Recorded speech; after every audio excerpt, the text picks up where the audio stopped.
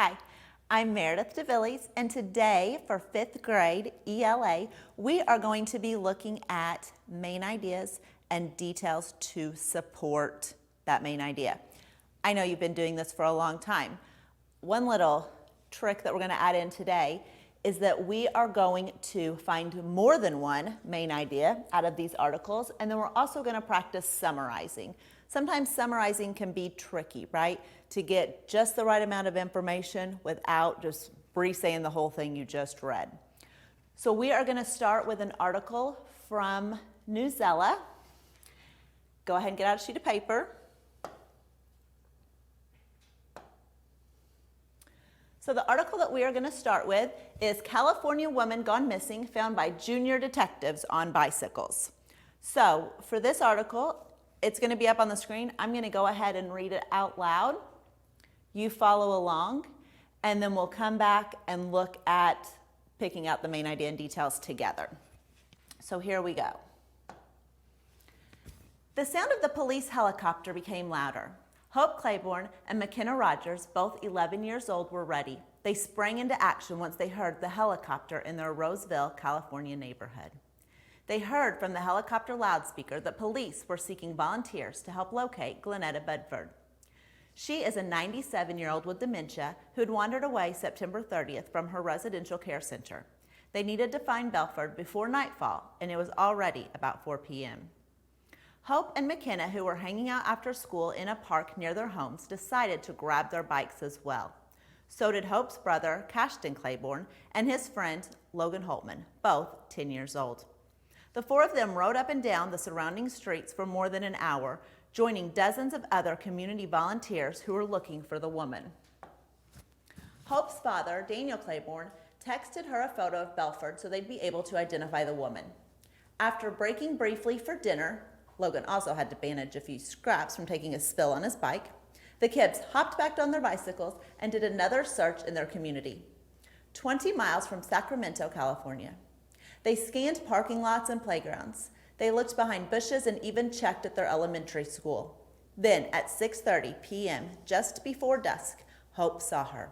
A petite elderly woman with pale gray hair, slowly approaching a street corner in a red button-down shirt and white pants. "Look, there she is," Hope recalled telling the others.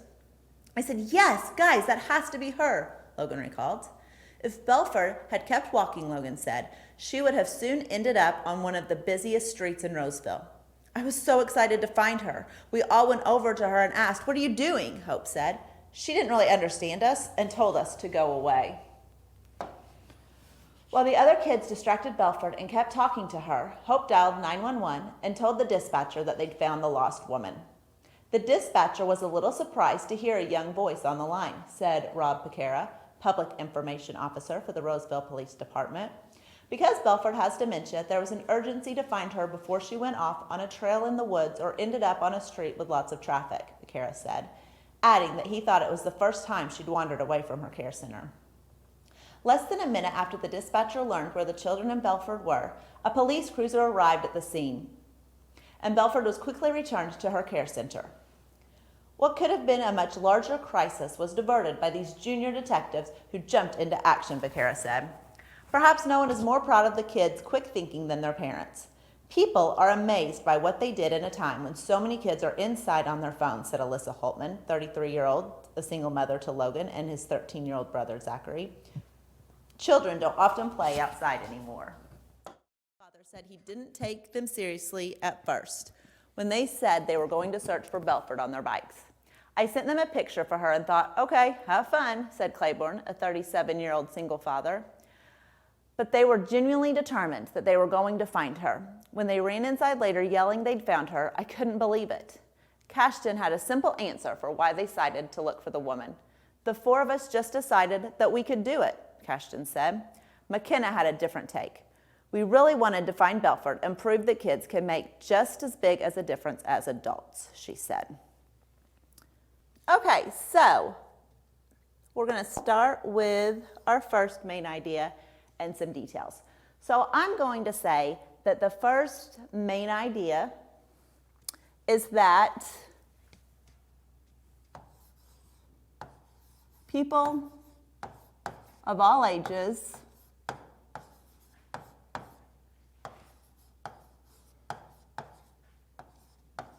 can help in a crisis.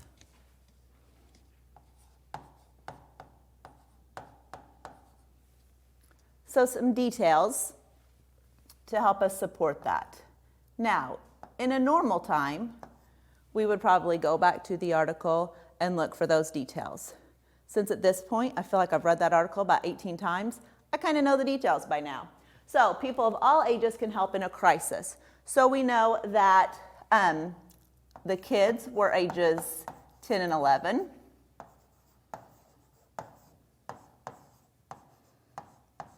We had adult volunteers.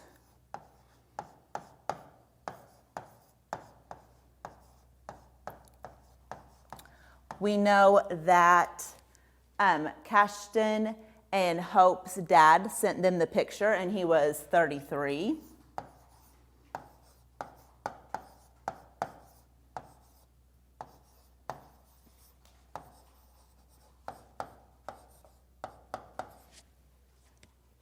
So that would be one. We've got 3 details there to help us out. Now this is where it's a little trickier, because now we need a second main idea. So thinking about the story, right? So we have kids on bikes. We have someone gone missing from their home. All kinds of things here. So for this main idea, we already have that people of all ages can help in a time of a crisis. Maybe let's go with, there we go, good things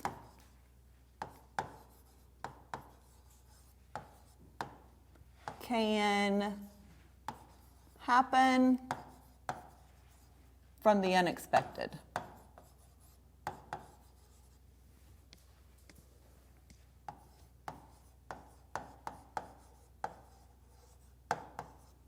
Okay, so obviously our first detail is the fact that the kids found her, right? That's our good thing.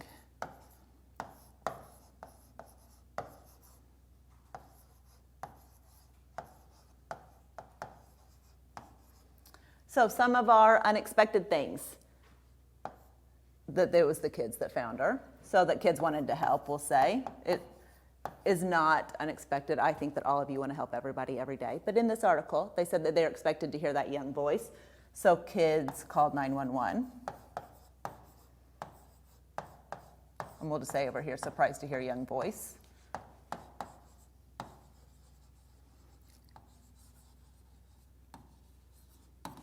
Okay. We know that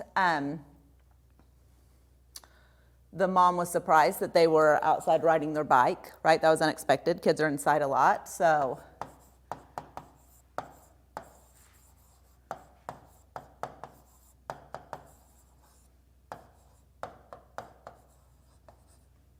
And even the dad was surprised, right, that they found her.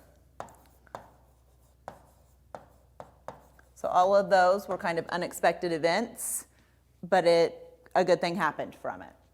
So that's a second main idea we could have had and some details.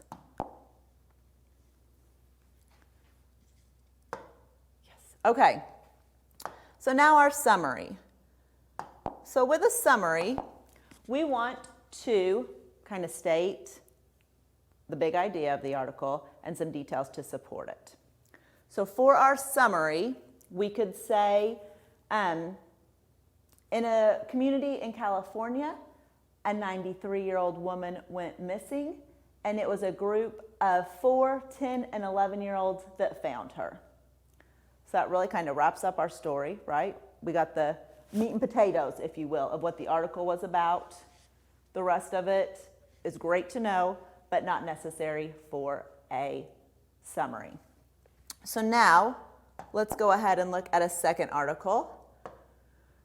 So I'm going to read it while you follow along. So this one is the best and worst Girl Scout cookies ranked by a panel of pastry chefs and scouts.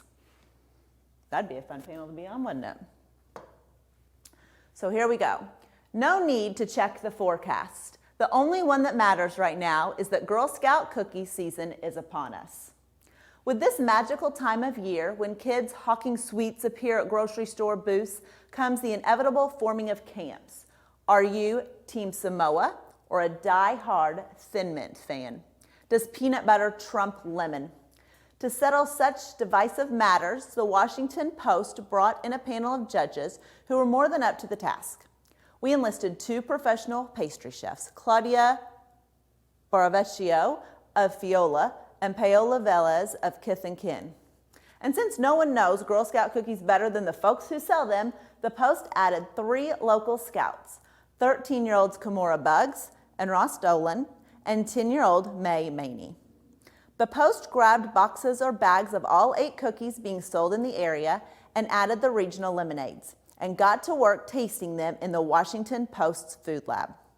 What followed was an afternoon of munching, sugar-fueled giggling, and plenty of opinioning, as well as some brainstorming. Here's a suggestion for Girl Scout brass. You probably should hire Kimora to develop new flavors for you, because she came up with several promising ideas. A sample, a cookie that's like a brownie, but just the edges. Sticking with the recipes that already survived the research and development phase, here's how the panel rated the cookies, from least favorite to cheer-worthy. Number 9 was Toffee Tastic. This one earned a unanimous nope from the judges. I don't like it in any regard, Ross sniffed.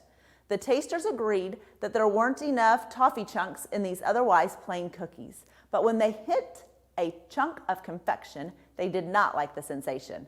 I thought my tooth had cracked, Kimora said. Velez zeroed in on the first listed ingredient, rice flour, which she noted swells as it absorbs water. As a reason, the cookies were gumming up her throat. And once the tasting was done, she conducted a science experiment to prove it. Crumbling the cookie on a plate, dousing with water, and watching it expand to the panel's horror/delight. Number 8, trefoils. Predictably, the kids on the panel found that there simply wasn't enough going on with a straightforward shortbread that bears the Girl Scout logo. I think it tastes pretty plain, May said, and it tastes more savory to me. Its lingering flavor left a bad taste in some judges' mouths. And it's good at first, and then it's... Ross made a face. What is that aftertaste? Kimora wondered. What is it? But the pros actually found it to be kind of a snooze, too. Just boring, they concluded. The Girl Scout s'mores. Kimora offered a hack, which we didn't try in fairness to all its cookie competitors. To make the graham cracker-esque sandwich cookie more closely resemble the real deal campfire treat, which her troop has enjoyed on scouting trips. They're so good in the microwave, she said. The marshmallows and the chocolate melt. I like how the filling is sweet, but the cookie is not really sweet, May noted. Overall, the panel found it a touch too sweet, and the foam marshmallow texture got middling marks. I was bummed they didn't actually put marshmallow fluff in there, Velez lamented. It was like eating an Oreo, but with graham crackers. 6 was the Lemon Ups. This lemon cookie, a 2020 debut that features positive messages such as, I am a go-getter, was the Sahara Desert of sweets. Its crumbly texture making everyone reach for their glasses. Ugh, can I have more water? Ross asked. This one kind of dries up my whole mouth, Velez said, though she said it might serve well, crushed up and mixed with much-needed butter, as a crust for a lemon tart. Boravecchio was turned off too by its fake lemon aroma. Tagalongs. The chocolate coating on these peanut butter-topped cookies started turning off the judges as soon as they picked them up from the plate. It gets messy, May complained. The second I touched it, it started melting in my hand, agreed Ross, who also took issue with the distribution of the peanut butter, which doesn't extend to the outside edge of the cookie, making for unevenness. Boravecchio said that's something professional chefs think a lot about. That's a very good point, she said. When you're making petite fours or cookies, you have to think about that. How is the customer going to be eating it? May suggested a darker chocolate would be a better choice, and Velez disliked the texture. It feels like a gusher, but with peanut butter, and I'm out. 4, lemonades. The panel liked the looks of this lemon crisp, which features the image of a citrus slice pressed into the top. The design is pretty. Several panelists docked it, though, for not being original. It's a ripoff of Savannah Smiles, Kimura said, referring to a previous lemon cookie the Girl Scouts sold. And the citrus flavor missed the mark. I thought it tasted and smelled like manufactured lemon, May said, a comment that drew nods of agreement from both DeVillez and Bervecchio. The Do-si-dos. The grown-ups in particular seemed to like the salty-sweet combination of peanut butter on peanut butter sandwich cookie offered, and their high scores boosted its ratings. I like that there are actual pieces of peanut in here. It aerates the cookie and creates crispness. I like that it's salty and not too sweet, Bervecchio said, noting that she wasn't too familiar with the signature ingredient. We don't have too much peanut butter in Italy. Kimura thought the filling to cookie ratio was just right, but ultimately the younger judges concluded that it was an also ran. It's good, but like when all the Thin Mints are gone and all the Samoas are gone, I'll eat this, Ross said, which brings us to number 2, the Samoas. The silence as the post served this ring-shaped cookie topped with caramel, chocolate, and coconut was a testament to its popularity. Instead of just a nibble, most of the panel was chomping. Coconut can be divisive. May loves it, but Ross despises it with a passion. It won the high scores from enough tasters to make it the runner-up. Still, even among its biggest fans, it seems the Samoa is best enjoyed in moderation. You know how you can buy Girl Scout cookies and some of them you can binge and eat forever, Kimura asked? This isn't one of them. They're kind of heavy. Number 1, the Thin Mints, a sign that we are about to meet the big winner. As the post passed out the iconic discs of mint-infused chocolate, a chant of Thin Mint time went up around the table. Some tasters preferred the darker chocolate coating to its sweeter, milk chocolatey sisters. Tagalongs, we're looking at you. I like that it's really chocolatey, May said. Kimura and Ross liked that it was vegan. They both tried the animal product-free diet for a while, and its crunchy snap was an around-the-panel hit. It's a good texture, Bervecchio said, and even found the minty flavor more genuine than the others. It's kind of refreshing in a way. All right, so I think our first main idea is the fact that I'm hungry. After reading about all those cookies, I think I need a snack. But in all seriousness, our first main idea is going to be not all Girl Scout cookies are created equal.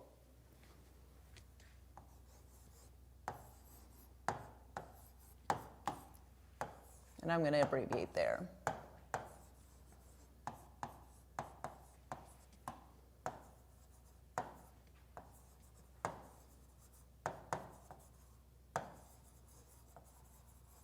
Okay, so our first detail for that would be the fact that they ranked them from 1 to 9, right?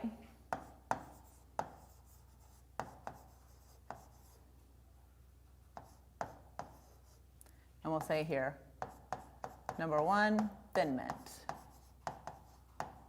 That looks like whatever. Okay. Another detail would be the fact that one of the panelists said that you can binge eat some of the cookies and not others.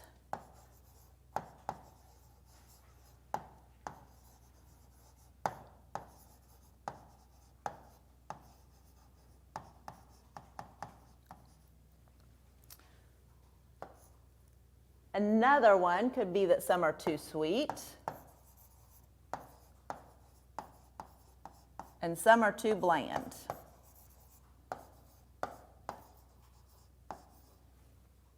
So that would be a main idea with supporting details. So now we'll go to our second main idea. And this main idea, I think, is going to be based around the idea of cookies and personal preferences as a whole rather than just the idea of Girl Scout cookies. So we're going to say people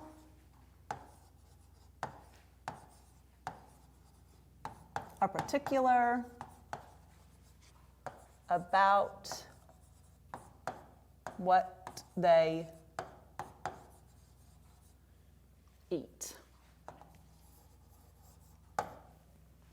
So our first detail in this is going to be the fact that on one of the cookies, and I want to say it was number 3, the adults liked it better than the kids, right? But it was the adults' high scores that kind of made it a number 3.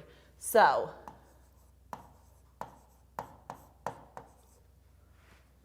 the adults on the panel, different, we'll say favorites than kids. Another detail would be that they were not fond,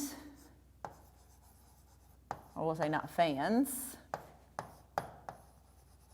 of artificial flavors. So they didn't like, if it was a lemon cookie, they wanted it to taste like real lemon, right?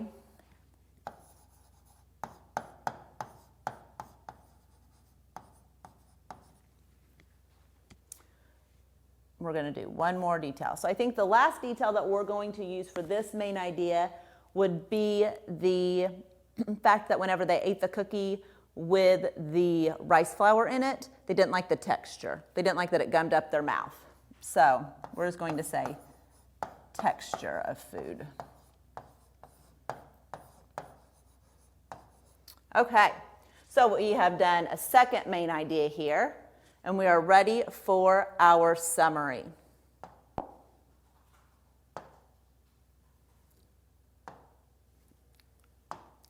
So, I don't really need to annotate.